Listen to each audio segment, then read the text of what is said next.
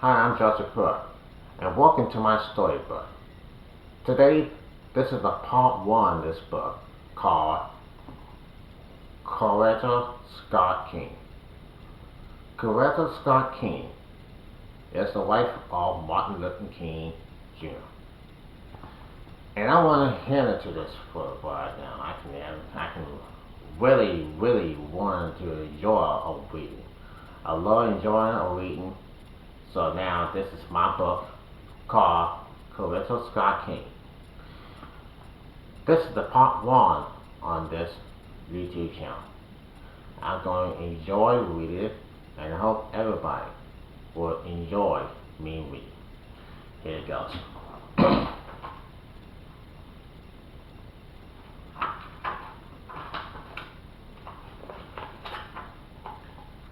This is the part one of this book, and then I'm going to read chapter one and chapter two.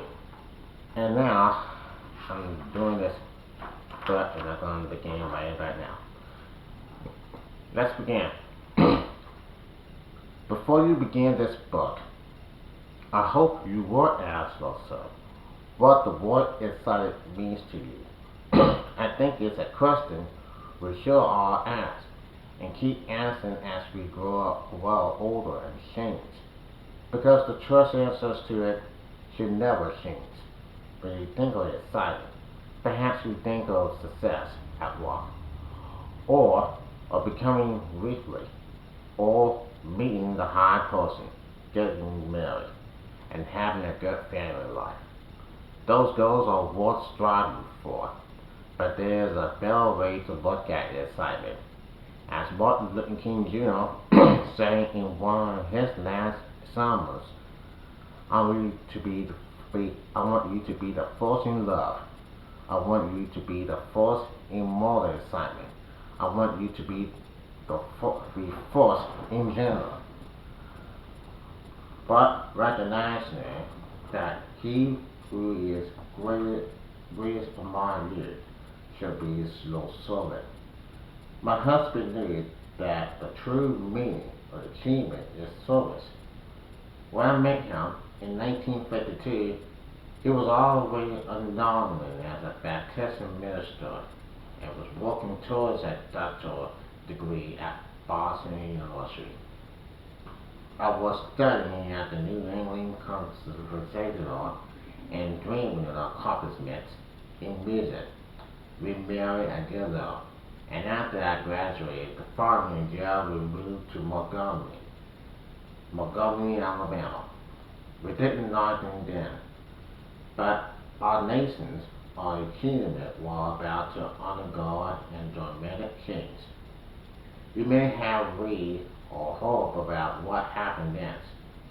What began with the boycott of the logical bus line grew into a national crusade, and by the time he was assassinated in 1968, my husband had fashioned a black movement powerful enough to shadow forever the practice of racial segregation.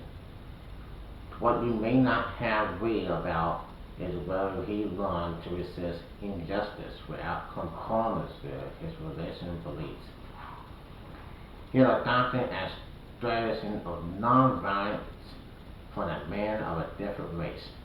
You live in a different country, and you will participate practices a different religion.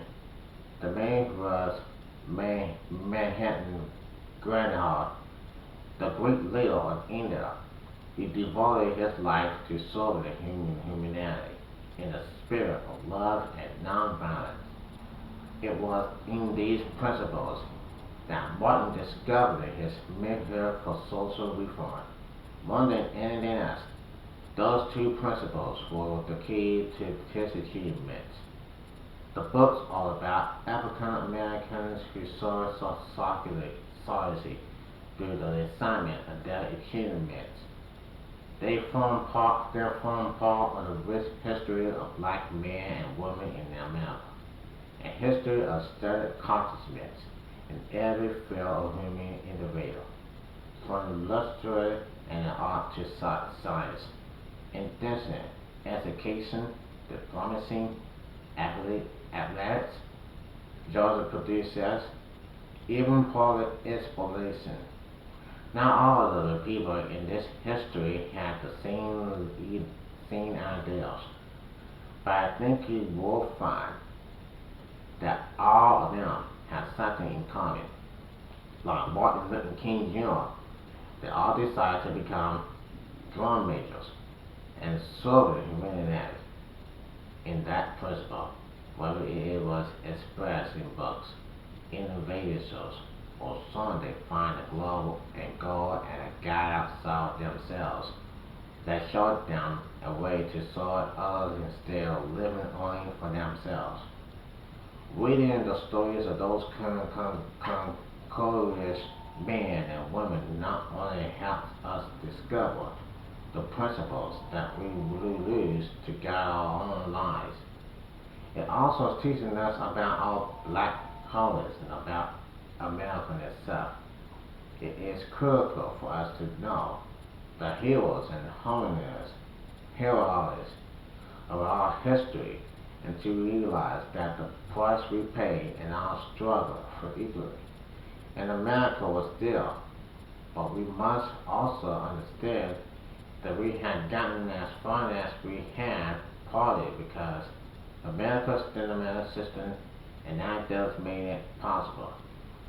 We are still struggling with racism and prejudice, but the great men and women in this series are the tribute to the spirit of the country in which they have followed us, and that makes their stories special and worth knowing. Chapter 1. Reno. Happily married to a promoted Baptist minister and the mother of 4 beautiful children.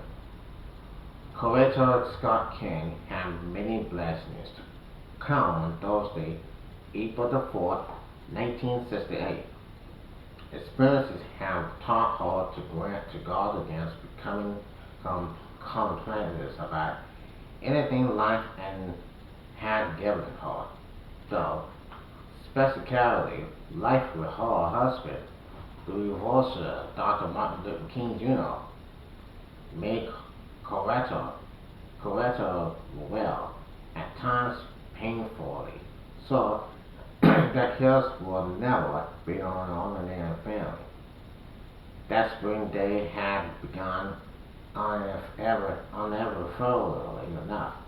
However, Coretta was busy taking care of her children in her Atlanta, Georgia home.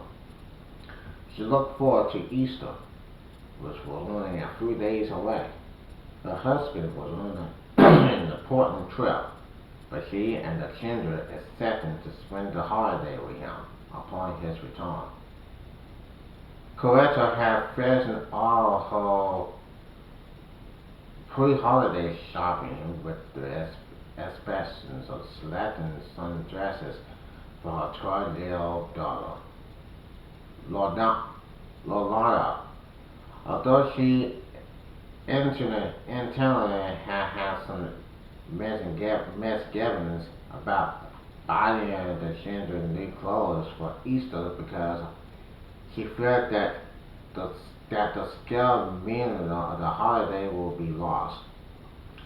She had related with Martin's blessings, but everything else the children faced, including long separations from their father, she decided to spare for them from feeling left out at Easter service, when everyone will be displaying their new family.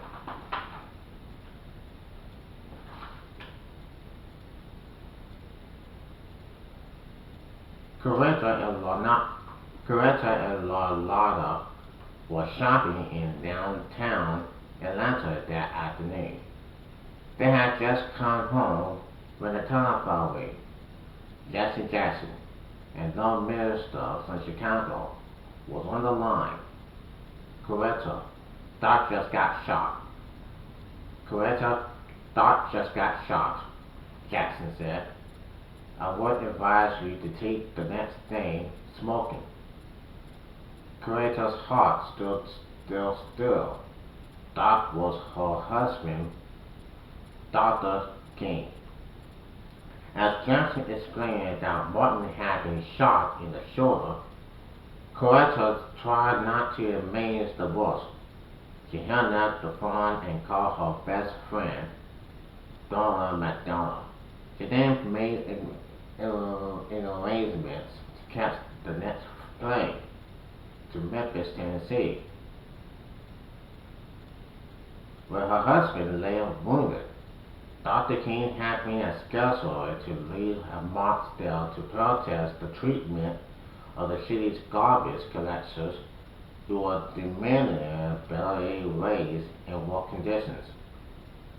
Andrew Long, another black minister, called Coretta from Memphis and 3 minutes later, Revolver's line,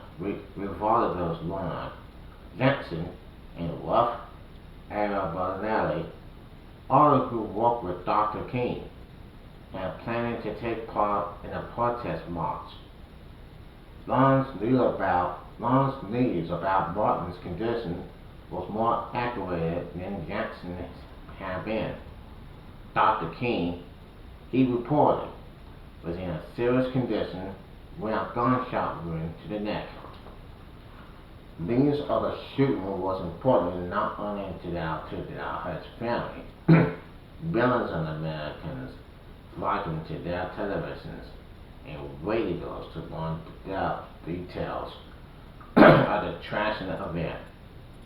For 12 years, Dr. King had led a nonviolent protest movement to win equal rights for black Americans and end a 400-year-old legacy of racial injustice and injustice in the United States. African Americans were treated like second-class citizens because state and federal laws failed to graduate down the rights enjoyed by whites, particularly in the southern United States. A threat to King's life was a threat to the entire civil rights movement. Coretta turned on the television in her living room. Reports of the shooting had already reached the news stations across the country. Lolana and her siblings, Martin the dog, at the age of 10, Dexter, age of 7, and Yellow Bonus, at the age of 5, came into the living room. Coretta didn't want them to learn of their father's fate from the television report, but Rolanda, the older, already realized that something serious had happened to her father and ran crying for the room. She returned shortly, and Coretta told all of her children the news. "I am getting ready to go to Memphis, because your daddy has been shot," she said. Rolanda helped her mother pack her bags. Ivan Allen, the monitor, called and offered to escort Coretta to the airport. Family, friends, and neighbors rushed to the king's home as soon as they heard about the shooting. Coretta tried to remain calm.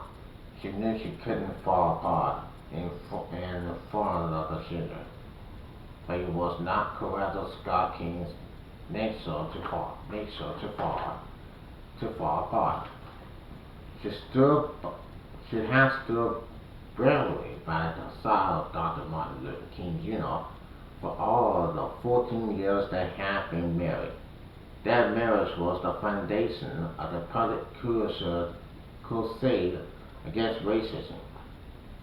Coretta and Martin grew up at a time when state and federal laws kept certain blacks from living in the same neighborhoods as whites.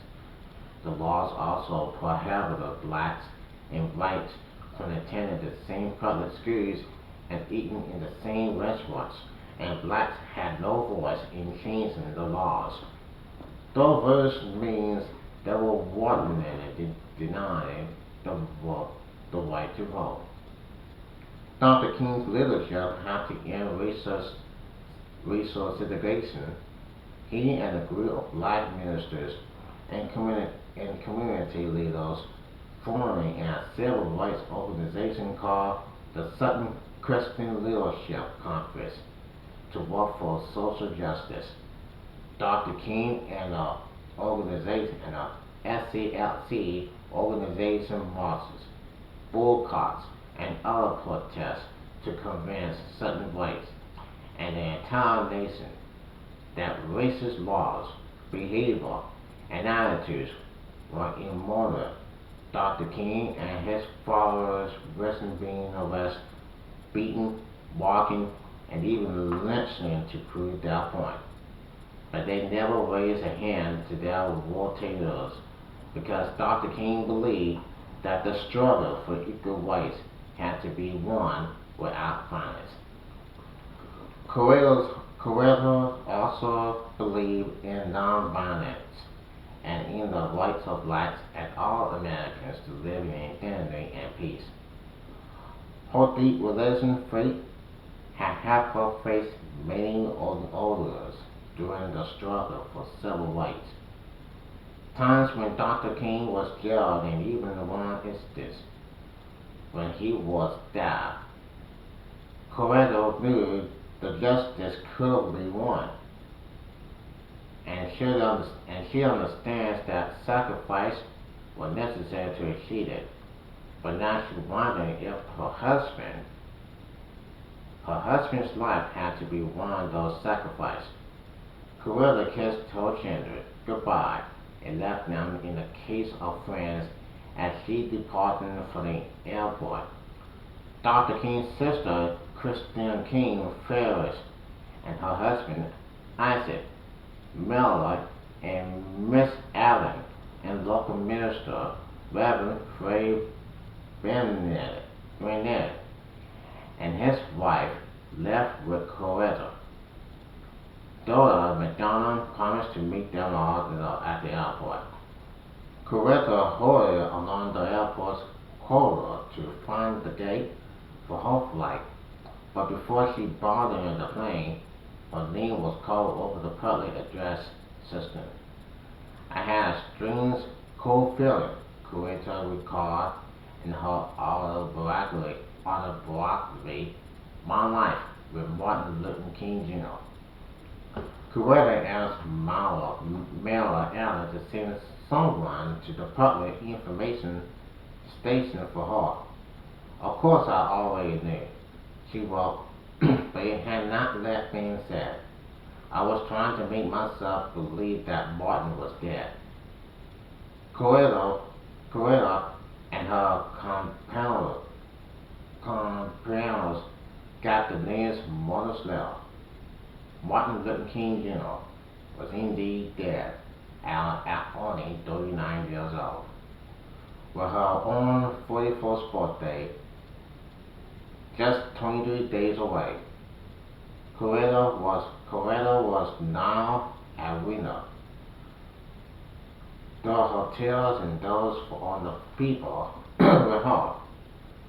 Coretta decided that her first order of business was getting home to her children. The ride back from the airport was silent. No one knew what to say. Once home, Coretta put the children to bed, but stayed awake for hours herself. When the learner asked her, "Mommy, shall I hate the man who killed my daddy?" Coretta replied, "No, darling, Lord Daddy wouldn't want you to do that." Then she had to steel herself against breaking down when 7-year-old Dexter asked her when his daddy would return. Telephone conversations were no easier. Dr. King's parents were devastated when they heard the news. Martin Luther King Sr.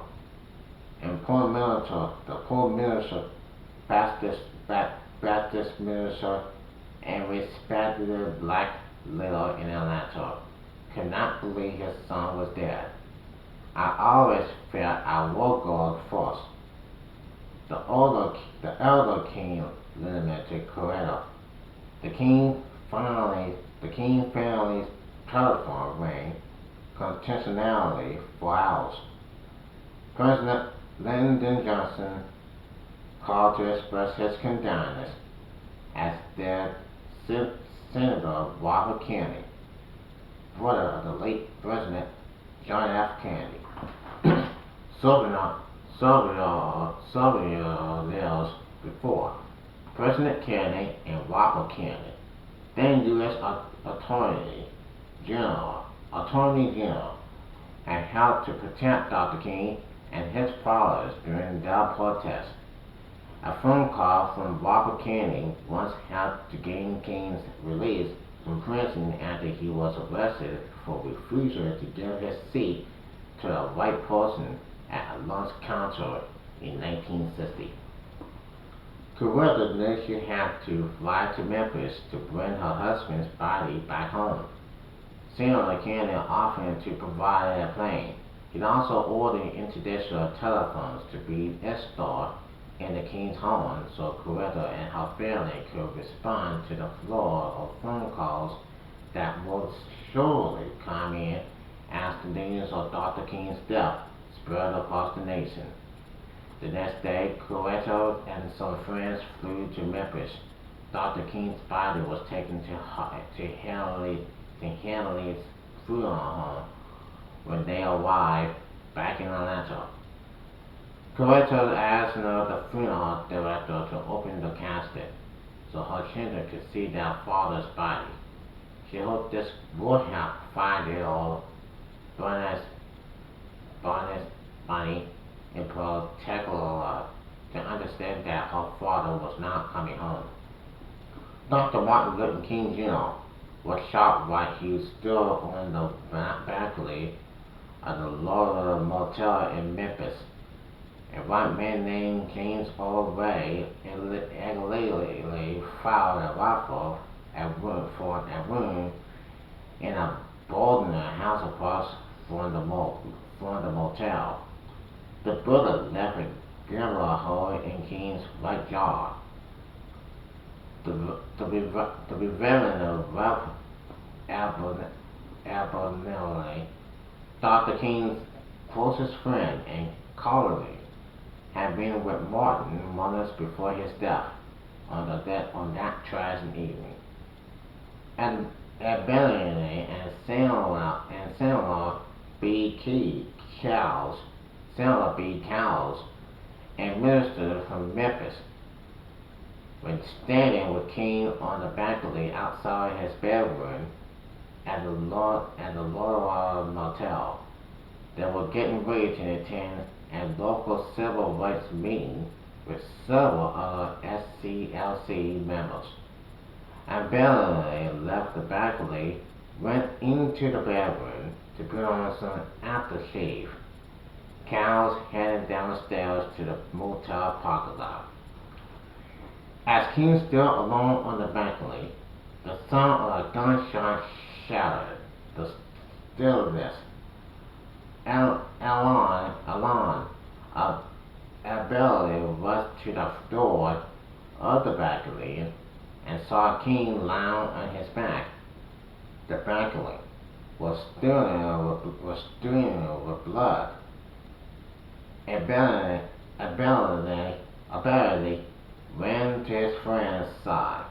King blew his lips, but he could not speak. 1 hour later, he was dead. The dozens of black Americans and others who had followed Dr. King and the civil rights movement were shocked at the news of his untimely death.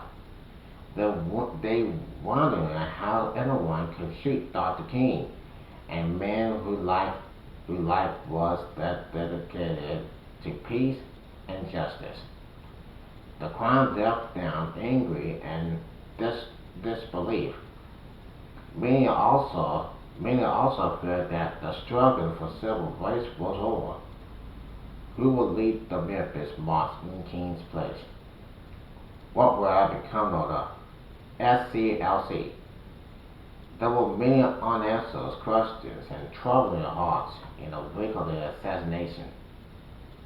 Some of the pain, Coretta noted, translated into an uncommon and unwanted tribute to her non-violent husband, widening in 63 U.S. cities.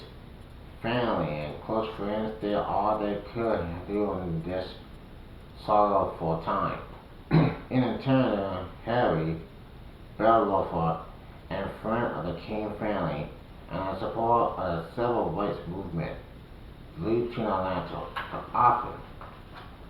to offer Coretta to help. Coretta his help. She began to make arrangements for her husband's funeral. Years before, he had won the Nobel Peace Prize for his dedication to nonviolence and his belief in the equality of all people. His nonviolent protest movement had touched the lives of countless people in America and around the world. Coretta wanted Martin's funeral to pay homage to his spiritual strength and moral courage. Harry Belafonte suggests that Coretta make some sort of public statements to confront Dr. King's falling into it and to answer questions from the press. He also requested her help in leading the protest march for the garbage collectors in Memphis, which was still scheduled for Monday, April the 8th. Belafonte urged Coretta to participate, telling her it was mean a lot to the movement and to the nation if she would come. Coretta knew there was a chance of violence at the march. Dr. King's death was strong in evidence that deep racial hatred still exists in America. In fact, enemies of the civil rights movement have already warned the SCLC that they will disrupt the protest march. The SCLC members also warned that they would be stopped from this momentarily by a federal injunction. But Coretta was not afraid. She agreed to go because she believed it was her duty to talk to the people and to march with them. She also knew her husband would have wanted in no other way. Before Coretta left for Memphis, Dr. King's body was prepared for burial. The funeral will take place on Tuesday, April the 9th, the day after the Memphis March. King's casket was placed in the Sisters' Chapel at the Speller College, an all-black women's college in Atlanta, for 3 days before the funeral. Coretta permitted this so that people throughout the city could pay their respects to the ceremonial leader. Coretta made her speech on the Saturday before her husband's funeral. The site was Evangel Baptist Church. When Martin Luther King Sr. pastored for more than 30 years, it was the King's family's church throughout Martin's childhood, and Dr. King even temporarily joined his father as his co-pastor. These strong family ties made Indianapolis the perfect place for Coretta to give her speech. My husband faced the possibility of death without bitterness or heartache. Coretta said, he never hated, he never despaired of well-doing, and he encouraged us to do likewise. and so he prepared us consistently for their tragedy. Our concern now is that his work does not die. Coretta thinks the SCLC, the LDs or the ABs and MBs or shorts, family, friends, and Dr. Martin Luther King's followers across the country and the world for their support. She told the people of her plans for the funeral and invited all well wishers to attend. The leadership of the SCLC will pass on to the revealers Ralph L. Bailey and Andrew Long. On Monday, Coretta and her children flew to Memphis to lead the march for the garbage collectors. More than 25,000 people marched with the King family. Robert Abernathy and other members of the SCLC to the City Hall.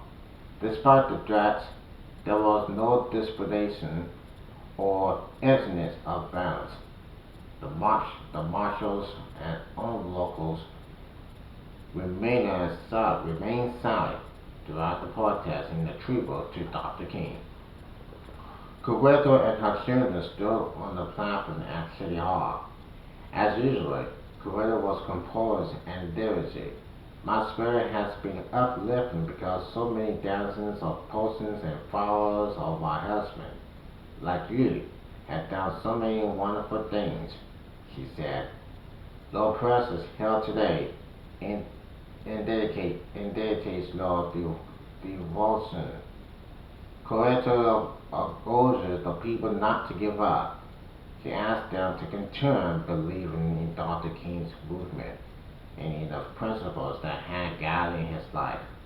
She also asked them to follow his example, to sacrifice the comforts of life for causes that will benefit all humankind. Violence had never solved any problems, and it would not bring Dr. King back. She reminded the crowd, her words sobered the hearts and minds of the marshals, who were also inspired to see Coretta standing tall despite her loss. People who opposed the goals of the civil rights movement, social justice for black Americans, and equality for all opposed peoples, were given a stronger warning. Coretta Scott King was not afraid to go to any city, state, or country to spread her husband's message of love and peace. She would not be moved by threats. Political, religions, and civil leaders from all over the country and people from all races, and commanded backgrounds flocking to Atlanta's Ebenezer Baptist Church on the day of Dr. King's funeral. Only a fraction of those who wanted to attend could actually fit into the 750-seat church. Coretta wore a black dress, a short black veil, and black gloves. Her quiet strength was evident in the way she gallantly guided her children through the Solomon service. Dr. King's favorite gospel hymns filled the air. Friends gathered speechless and paid tribute to his life and work. A tape of one of his last sermons was played for all to hear. His voice similar to Coretta's broken heart. When the funeral service was over, Coretta and her family left dozens of mourners in a march for the church of Morehouse College for a final memorial service. Dr. King had graduated from Morehouse in the all-black men's college in 1948. His casket was carried to the college on a phone wagon that was pulled by two Moors. Coretta accused the Martin of trans- transpromotions to represent her husband's dedication to the power of the poor. Dr. Benjamin Mays, Martin's lifelong motive, gathered a lot of lawyers. He expressed great love and admiration for the Salmon Civil Rights Law, and thank God for giving America and the war such a faithful servant of peace and justice. At last, Dr. Martin Luther King Jr. was laid to rest. A veteran performed a brief burial ceremony. Coretta watched in silence as her husband's casket was placed inside a quick deep Atlanta soul. The newly widow Coretta confronted her children and family. She also accepts condolences from Dr. King's family and friends all over the world. Although too busy to be consumed by her grief in the months after Martin's death, Coretta still battled pain and loneliness. A few weeks after the funeral, she flew to New York to take Martin's place at the peace rally, losing those that her husband had left behind. She wrote a speech for the event. As she spoke, Dr. King's message became her own. Coretta gave a grateful, but her mind was set on a goal. She wanted no one to forget the life and work of Dr. Martin Luther King Jr. She turned her sorrow and pain into action, working tirelessly to present her husband's place in history as a congratulation and activist for civil rights. Coretta Scott King once walked the road to freedom with her husband. Now she will walk it alone. Chapter 2. The Scots. Coretta Scott was born on April 27, 1927, in Helleborg, a small rural segregated town in Alabama. Blacks in Harlem and Aurora, the nearest city, at 12 miles away, outnumbered the whites 2-1.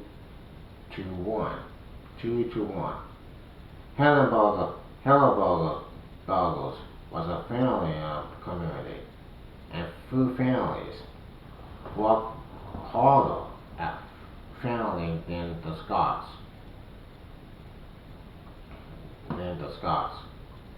Coretta's grandfather, Jeff Scott, owned 300 acres of land that he shared with his children and grandchildren.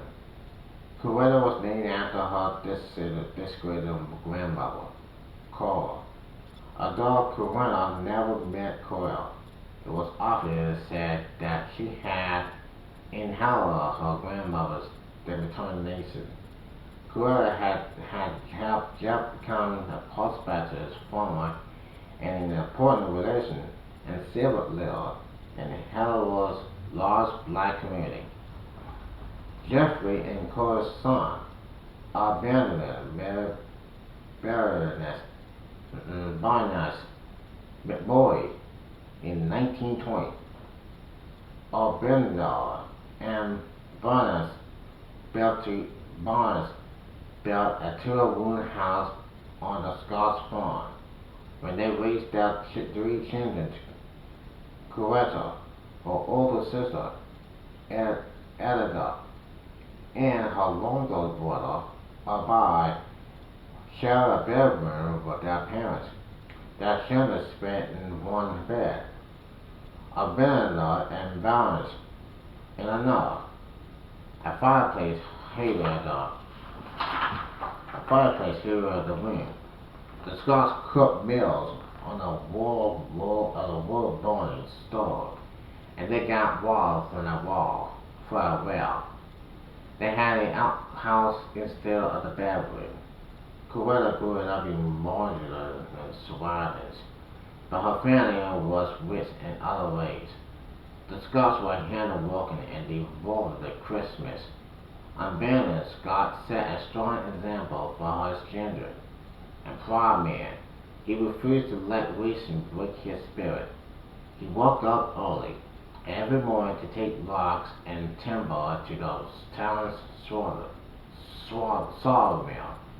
The sawmill was owned and operated by whites, but Abinadar was the only black man in town who owned the truck he drove.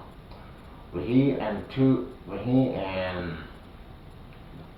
Baroness married, he was entering $3 a day, honking of timber. But by the time the sawmill operator had empty guts knew what he wanted from Abinadab's pay, and Abinadab must have made the one's payments for his truck. There was little money to spare. To make ends meet, he worked as a barber at his home on weekends. Parents helped him by cutting and shaving and food customers wherever the line grew long outside of their makeshift barbershop.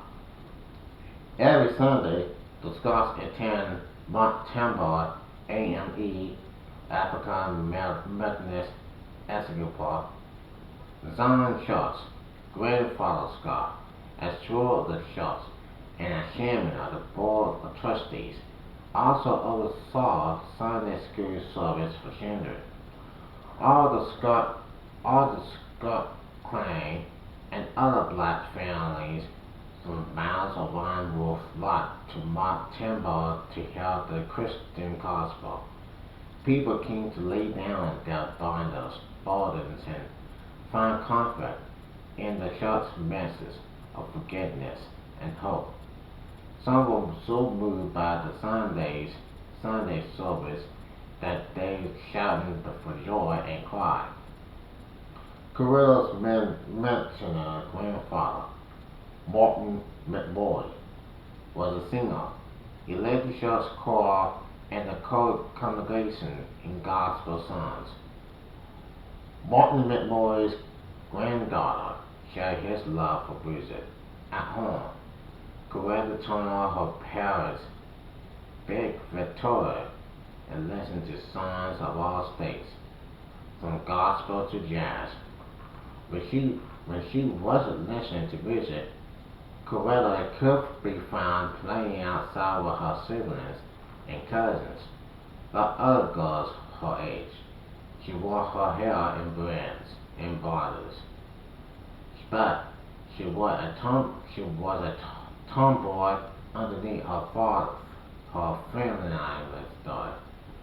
She enjoyed playing games, but didn't like being teased, and she could put up against storming in a fight if her brother or Barry dared to torment her. Coretta had a fairy temper. She feared no one and stood up for herself often. Captors and chapter talks decided to serve her right as in the dark. Coretta started working on the farm when she was 6 or 7 years old. She helped her mother plant, hoe, and harvest corn, peas, and potatoes. Her corns also included feeding chickens and hogs and milking their cows. The Scots lived off of the shots and livestock they raised on the farm. Nothing was wasted by the family, for that would have been a grievous sin. Coretta's mother had walked on a farm when she was a child, too. Valery's parents also owned land in Hillbello, and she completed only 4 grades in school because her parents needed her to plant and harvest crops.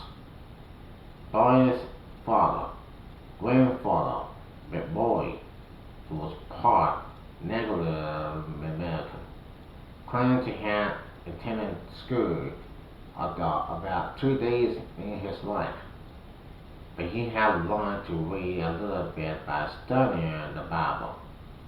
Miss McBoy, at times seeing distress, swore clothes for her children and grandchildren.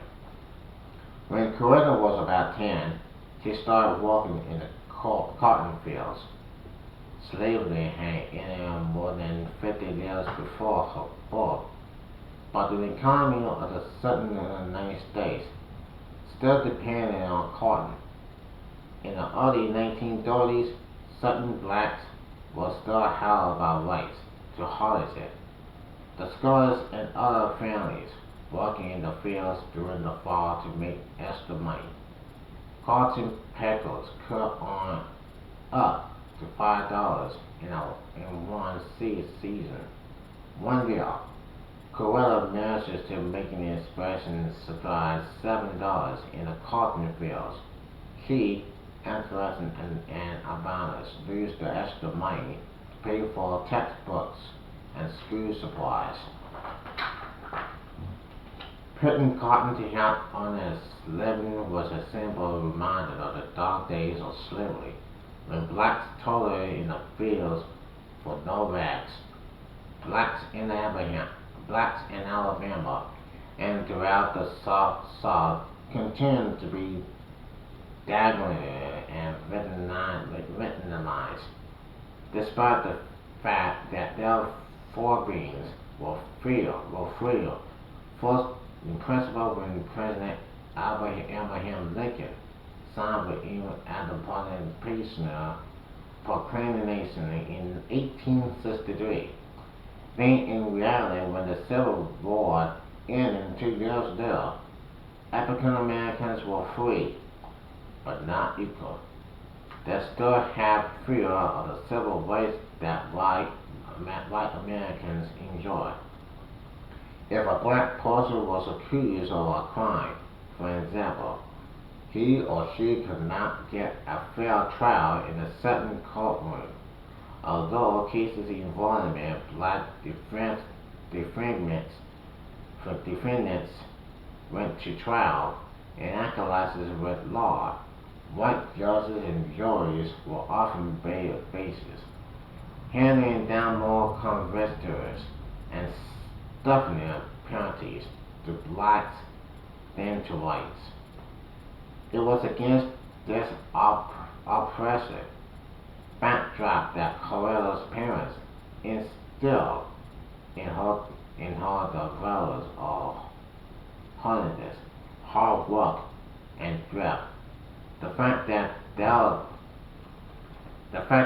daughter was growing up at the time was stereotypes portrayed blacks as untrustworthy, lazy, and given to combining to difficult of their tasks.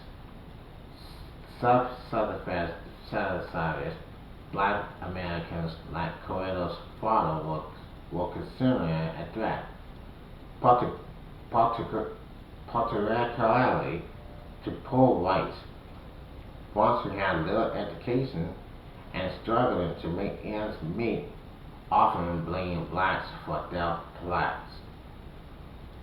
They were suspicious any black person who lived well, regardless of how much sacrifice and hard work it has taken to do so. Furthermore, rich and poor, Certain whites alike will commonly address a black man as boy and a black woman as girl. Black adults similar were called by their given names, even by white children. Certain blacks were treated so badly that few will dare even to look a white person in the eye. To do so was to risk death. Black men were particularly vulnerable. It was not safe for a black man to walk or drive alone late at night. In the morning he might be dead. In the morning he might be found dead. The victim of hanging, burning, or some other recipe for a mutilation. This exceedingly harmless type of murder is called lynching. Whites who lynched blacks were seldom arrested. Seldom arrested. When lynching blacks was seldom arrested. One of Coretta's great uncles was lynched, shot to pieces by white men. In her autobiography, Coretta marveled that her successful father did not end up in a swamp because of his obvious self-respect. Grandfather Scott, who had installed such strength in his son, could point to remarkable accomplishment for the black man who was born just 10 years after the end of slavery and who lived in a hostile environment of the Deep South. He sought insurance for a living and on in an automobile. He also traveled around the country attending important relations and civic meetings. Grandfather Scott's and Grandfather Memorial's leadership roles in the church expressing the type.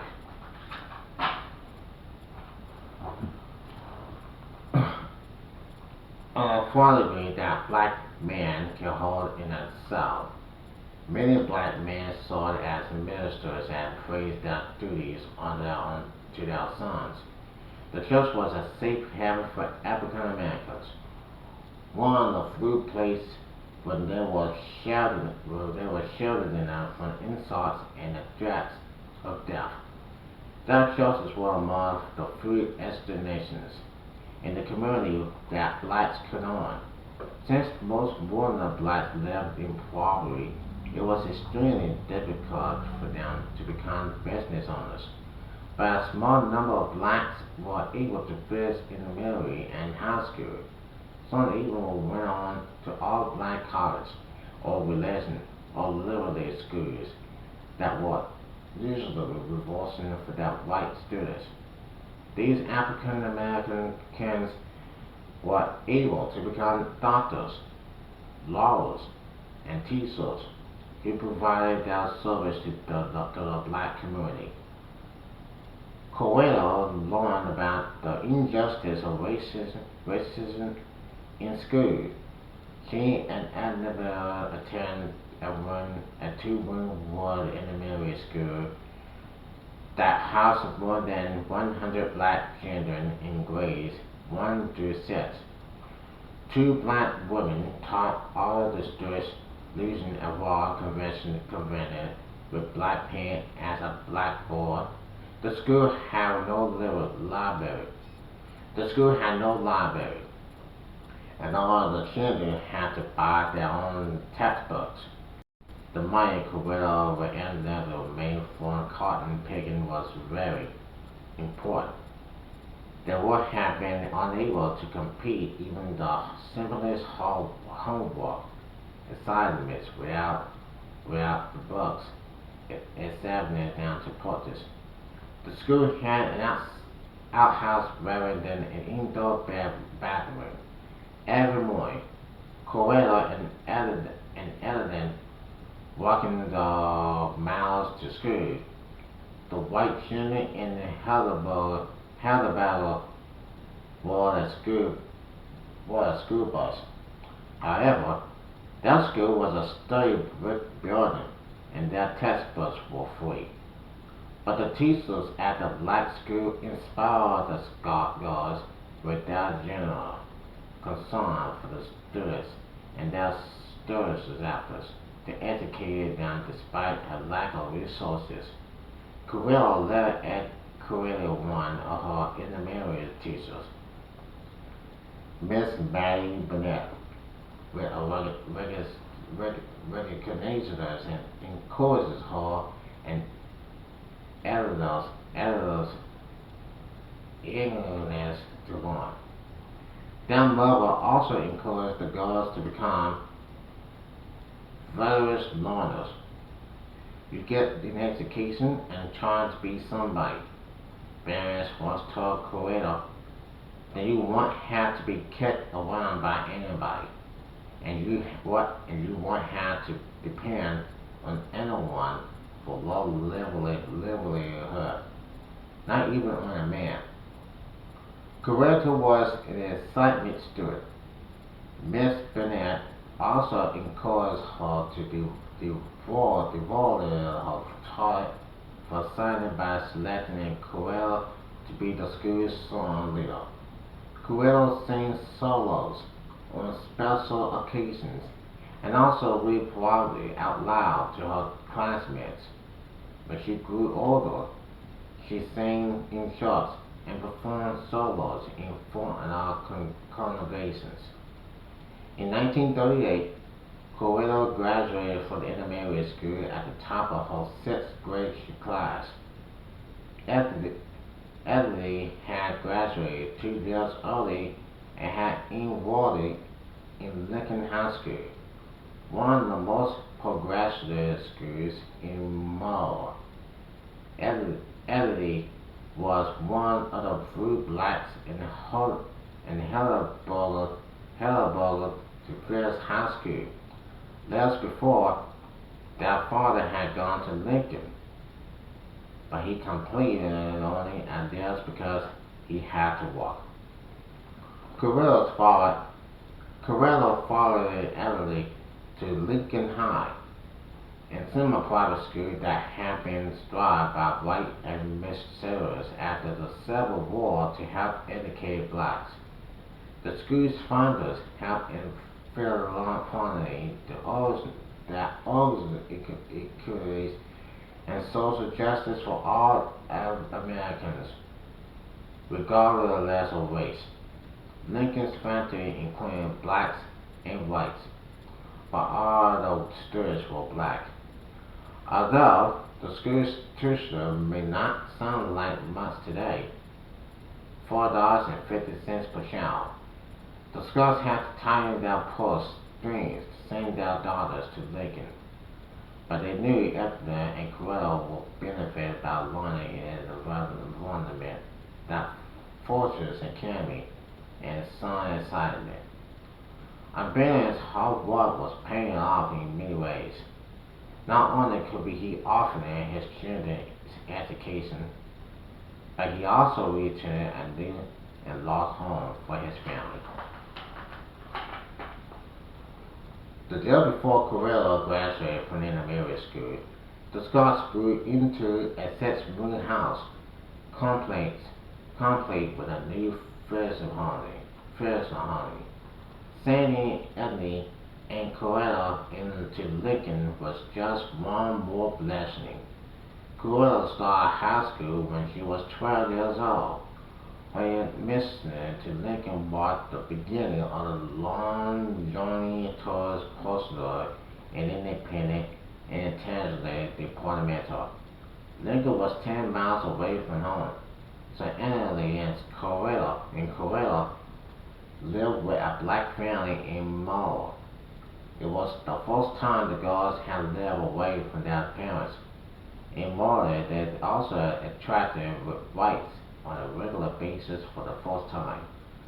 Coretta flourished in school. She studied music under the tutelage of old Miss Olivia Williams. a black woman who had graduated from Howard University in Washington, D.C., and who specializes in classical music and voice. Although Coretta sang in elementary school and the show's crowd, she could not read music, and her voice was not formally trained. But with Miss Williams' guidance, Coretta learned to read music, play the piano, and sing classical works such as the Messiah or Overture by George Frederick Handel. She also learned to play the trumpet while at Lincoln. Ebony also studied music. She joined the Lincoln School little course and traveled around the country singing in its special concerts. Coretta admitted and looked upon to her older sister. In many ways, Erica was the trailblazer in the Scott family. As the oldest sister, she was educated to succeed and accepted his plan, just as her father had. Albert was a few years younger than his sister, but he followed in their footsteps and attended Lincoln. The white teachers at Lincoln treated Emily, Coretta, and the other students with respect. But life outside of the school was a different story. White leads immoral harassed the black students as they walked to and from school. Coretta always felt uneasy when the white students came around. She never knew what would happen. The whites often tried to start fights by calling the blacks the N-word and pushing them off the sidewalk. But for the most part, the black students refused to be billed. They held their heads high and walked in a group, so no one could be singled out. Coretta worked part-time after school, cleaning a house for white women, an experience she found troubling. The women students that Coretta called her ma'am, and that she entered the house through the back door, and did not last long in his employment, called Coretta recalled. In 1941, the country school board began to pay Sundown costs of transporting and black students to school. The newest finance made it possible for Coretta to live at home during her young and senior years at Lincoln. Benedict, we now own 3 trucks, donating one down to the community to use as a school bus. Barons became the bus driver. Coretta was happy to be home. She directed the choir shows and played piano during Sunday service. During the week, she led rehearsals for the group choir. The Scots Postman made some lights in Hullabella first. Unbanned financial independence, his community service, and his changes are common appointment was sharing example of black achievement. Abandoned Scott was getting too big for his britches and appointing of some discarded rights. In the fall of 1942, while Emily and Coretta were at school, the local undertaker called to tell them the bad news that the Scots' new home had burned to the ground. The family moved with their grandfather memorial, who was now a widow. The next day, Albino went to work as if nothing had happened. No one knew how the fire had started, and the police never investigated. After the fire, Coretta's father seemed more determined than ever. He continued to haul timber, and by the and by the spring had saved enough money to buy his own sawmill. Abimelech had a white logger to work for him. Not long after, the white man asked to buy the sawmill, but Abimelech refused his work. While Abimelech went to work a few days later, the sawmill was burned to the ground. Barbara Abimelech brought timber to another man's sawmill the next morning. In her autobiography, Coretta recalled the time when the white man had accused her father of ordering $100 unpaid debits for a car accident that had occurred around 1937. Abimelech knew that he had already met his financial abilities in the matter, but he agreed to make the extra payment anyway. When he was finally out of debit, Abimelech came home from work with $40 in cash and treated his family to a shopping spree in the mall. It was not buying a new merchandise, but whether Abimelech's joy at once again being the man he could run his own affairs that was cause for celebration. Coretta remembered this episode as proof of the Scott family's resilience and strength. Those traits were her family's legacy to Coretta. And that will be the end of part one of this book. I have read chapter 1 and chapter 2 of this book. Tomorrow will be chapter 3 and chapter 4 of this book, or part 2 of this book called Coretta Scott King. Until then, God bless and enjoy. See you around.